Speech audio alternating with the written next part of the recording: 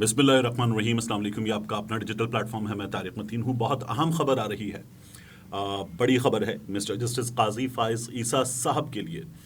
इस खबर के बाद जो रिएक्शन आ रहा है सुप्रीम कोर्ट के अगले चीफ जस्टिस के लिए, सीनियर प्यूनी जज, ये इस्तिलाह हमारे बहुत ज़्यादा आजकल इस्तेमाल हो रही है, तो उनके लिए रिएक्शन अच्छा नहीं आ रहा। होना तो ये चाहिए था कि इस बहुत बड़ी खबर के बाद बहुत अच्छा रिएक्शन आता और हमें इसका नतीजा इस बहुत बड़ी खबर का बहुत ज़बरदस्त मिलता, लेकिन ऐसा हुआ नहीं है। इसके बाद मरियम नवाज शरीफ साहिबा, इनकी वीडियो लाइब्रेरी, ये अक्सर बात होती है। एतजाज़ अहसन साहब ने इस बारे में बात की है, ये जो ऑडियो वीडियोस आ रही हैं इनके बारे में बात की है, और एतजाज़ अहसन साहब ने कहा है कि इन सब का खुरा एक ही जगह जाके मिलता है। इसकी भी बात करेंगे। और शहबाज हुकूमत अपने पाँव पर कुल्हाड़ी मारने पर तैयार है, इसकी भी इस वीडियो में बात करेंगे। ये बहुत अहम मामला है। सबसे पहले जो इस वक्त की बड़ी खबर है, गुज़श्ता रोज़ की खबर है लेकिन अब आ रही है, तो और अभी ज़राए के साथ आ रही है। हुआ यह है कि chief justice of Pakistan mister justice Umar Ata Bandial साहब की जानिब से इशाइया दिया गया, और इस इशाइये में, इस डिनर गैदरिंग में सुप्रीम कोर्ट ऑफ पाकिस्तान के 14 जजेस शामिल हुए। 14 जजेस सुप्रीम कोर्ट ऑफ पाकिस्तान के ज़राए के मुताबिक इस इशाइये में शामिल हुए। सुप्रीम कोर्ट के 17 जजेस होते हैं, 2 जजेस इस वक्त नहीं हैं सुप्रीम कोर्ट में, सीटें खाली हैं, जिनकी तैनाती पे बात भी हो रही है। काजी फाइज ईसा साहब ने वो इख्तियार जो उनके पास नहीं है उसको इस्तेमाल करते हुए जो उनके पास नहीं है ये नाम भी दे दिए हैं। तो हुआ ये कि तमाम जजेस, 14 जजेस सुप्रीम कोर्ट के इस इशाइये में थे।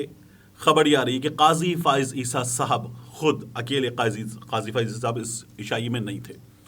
देखिए, इख्तिलाफ नज़र आता है हमें, उस इख्तिलाफ में हमें ये पता चलता है कि 8 जज साहिबान सुप्रीम कोर्ट के एक जानिब हैं, सुप्रीम कोर्ट ऑफ पाकिस्तान के 7 जज दूसरी जानिब हैं। ये भी कहा जाता है कि जो 7 जज हैं, इन 7 जजेस का मौक़िफ़ वो है जो इस हुकूमत का मौक़िफ़ है और हुकूमत अदलिया पे हमले कर रही है। इन 7 जजेस में काजी फाइज ईसा साहब हमें सबसे आगे नज़र आते हैं। हमें लड़ाई की, बहस की, बड़ी नाजेबा बहस की खबरें भी मिलती हैं। और फिर इन हालात में हम देखते हैं कि अदालत की जानिब से सिर्फ मिस्टर जस्टिस काजी फाइज ईसा साहब पार्लियामेंट में पहुँच जाते हैं। वहाँ पहुँच के काजी फाइज ईसा साहब कहते हैं मुझे पता नहीं था यहाँ पे सियासी तकारीर होंगी, और वहाँ पे वो खुद भी तकरीर करते हैं, और उनके सामने जरदारी साहब, शहबाज शरीफ साहब, दीगर लोग, फजल रहमान साहब के साहबजादे, ये तमाम लोग ये वहाँ पर उनके सामने तकारीर करते हैं, अदलिया को भी निशाना बनाते हैं, और अदलिया को निशाना बनाते हुए काजी फाइज ईसा साहब को ये बातें तमाम सुनाते हैं, अदालत को सुनाते हैं। फाइज ईसा साहब जो है वो तकरीर करते हैं, बाद में एक वजाहत भी जारी करते हैं। बुरा इम्पैक्ट गया। फिर काजी फाइज ईसा साहब एक गैर मारूफ सी तकरीब में चले जाते हैं। वहाँ जाते हैं, वहाँ कोई 2 घंटे का खिताब करते हैं, ये खिताब टेलीविजन चैनल्स पे दिखाया जाता है, और काजी फाइज ईसा साहब एक बार फिर कहते हैं मुझे मालूम नहीं था यहाँ पर मीडिया होगा। खासा बुरा इम्पैक्ट जाता है। काजी फाइज ईसा साहब चीफ जस्टिस ऑफ पाकिस्तान के खिलाफ खतूत अक्सर लिखते रहते हैं, और वो उनको भी लिखते हैं। उसके अलावा वो सदर पाकिस्तान को भी ख़त लिख चुके हैं, और ये तमाम चीज़ें जो हैं, और रजिस्ट्रार सुप्रीम कोर्ट को भी लिखते हैं। ये 3 से 4 रिपोर्टर्स हैं, मखसूस रिपोर्टर्स, उनके ज़रिए जो है वो सोशल मीडिया पर आ जाती हैं। ये तमाम चीज़ें हो रही थी।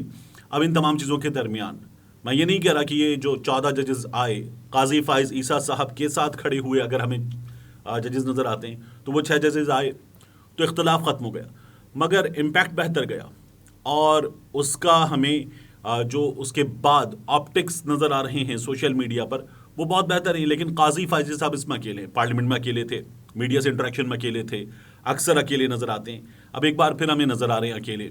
वो सुप्रीम कोर्ट के चीफ जस्टिस का इख्तियार इस्तेमाल कर लेते हैं। इख्तियार ना होते हुए क्या वो ये बर्दाश्त करेंगे कि आने वाले दिनों में जब वो चीफ जस्टिस होंगे तो कोई और उनका इख्तियार इस्तेमाल कर रहा हो? ये तो कोई भी नहीं चाहता, लेकिन काजी फाइज साहब ये कर रहे हैं। हर बार वो खुद को किसी तनाज़े में इन्वॉल्व कर लेते हैं, फिर उसके बाद वजाहतें जारी करते हैं। जबकि चीफ जस्टिस का इतना बड़ा मामला हो गया कि उनकी वालदा की कॉल, उनकी सास साहिबा की कॉल, माफ़ कीजिएगा, लीक हो गई, और लीक हो जाने के बावजूद भी उन्होंने उस पर रिएक्शन भी नहीं दिया, क्योंकि जो वो काम कर रहे हैं वो काम बड़ा है। इन चीज़ों में उलझाएंगे जो हुकूमत छोटी हरकतें कर रही है, हुकूमत के दोस्त ये हरकतें कर रहे हैं, अगर वो इन चीज़ों में उलझाएंगे तो ये छोटा काम होगा, वो ये काम नहीं करना चाहते, तो वो इन कामों में खुद को उलझाने रहे। काजी फाइज साहब उलझाते हैं मुख्तलिफ चीज़ों में खुद को, फिर उसके बाद वजाहतें देने पर आ जाते हैं। बड़ा ज़र्फ चाहिए इस चीज़ के लिए कि आप खुद को बचा के रखें बहुत छोटी हरकतें करने वालों का जवाब देने से। बंदयाल साहब ये कर रहे हैं, तो काजी फाइज साहब हमें यहाँ तो कम अज़ कम इस हवाले से अकेले नज़र आए।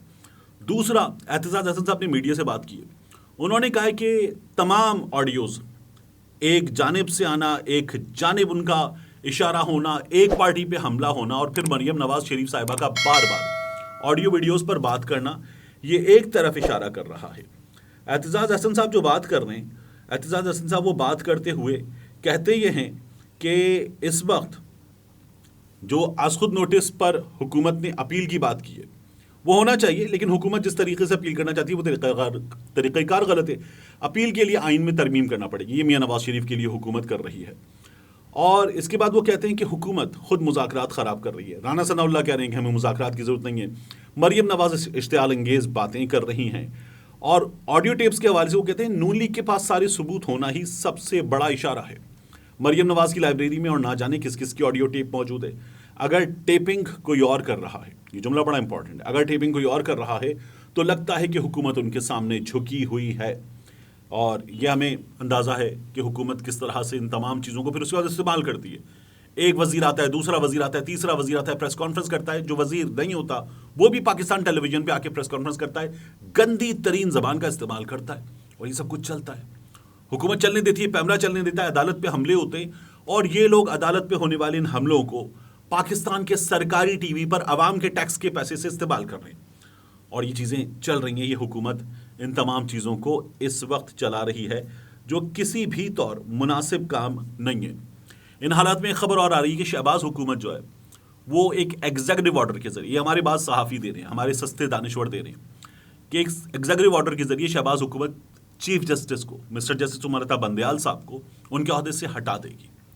اگر یہ فیصلہ آیا کہ شہباز شریف نااہل، تو حکومت کیا کرے گی؟ بتایا جا رہا ہے کہ حکومت جو ہے وہ ایک ایگزیکٹو آرڈر کے ذریعے، ایک تو مانیں گے نہیں، یہ تو خواجہ آصف نے کہا تھا، نہیں مانیں گے کا مطلب کیا ہے؟ نہیں مانیں گے کا کوئی مطلب نہیں ہے۔ عدالت فیصلہ دے گی، اس کے بعد ریاستی مشینری حرکت میں آئے گی، شہباز شریف صاحب عہدے پر نہیں رہے، فرمان جاری ہو جائے گا، نہیں رہیں گے۔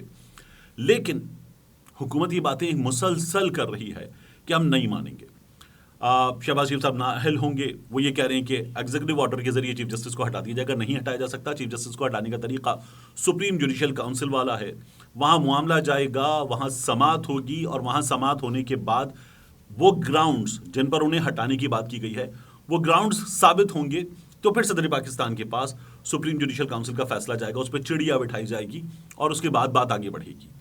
یہ کام ایسے نہیں ہوتا جیسے یہ لوگ کہہ رہے ہیں، لیکن بہرحال یہ لوگ اس پر اڑے ہوئے ہیں کہ یہ حکومت کرنے جا رہی ہے شہباز شریف صاحب کو، پھر اس کے بعد واپس لایا جائے گا ان کے وزارت عظمیٰ کے منصب پر، اور عدالت سے اس لڑائی میں ہی کر کے دکھایا جائے گا، جو نہیں ہو سکتا۔ بہرحال حکومت وہ کہہ رہی ہے کہ ہم کر کے دکھائیں گے، اور ان کا یہ خیال ہے۔ میری ایک صاحب سے بات ہوئی، انہوں نے کہا کہ نہیں مانیں گے۔ میں نے کہا کیسے نہیں مانیں گے؟ کہنے لگے ہم نہیں مانیں گے، ہم نہیں عمل درآمد کریں گے۔ میں نے کہا یہ ممکن نہیں ہے۔ انہوں نے کہا آپ دیکھ لیجیے کہ ہم کر کے دکھائیں گے۔ تو یہ کیسے کریں گے یہ اب انٹرسٹنگ ہے دیکھنا، لیکن بہرحال واقعتاً یہ نون لیگ کا خیال ہے کہ اگر عدالت کہے گی شہباز شریف نااہل، تو حکومت کہے گی ہم نہیں مانتے، اور اس کے بعد اگر اس سلسلے میں ایک نوٹیفیکیشن جاری ہو جائے گا تو حکومت کہے گی ہم نہیں مانتے۔ ایسا ہوتا نہیں ہے، لیکن حکومت جو ہے وہ اس پر مصر ہے، اور حکومت کہہ رہی ہے کہ ہم یہ کر کے دکھائیں گے۔ دیکھتے ہیں کیا بنتا ہے۔ مجھے اس سلسلے میں لگتا ہے کہ عدالت احتراز سے کام لے رہی ہے، جس کی وجہ سے ان کی ہمت ہو رہی ہے بدتمیزی کی اس حد تک جانے کی۔ ملتے ہیں انشاءاللہ آپ سے اگلی ویڈیو۔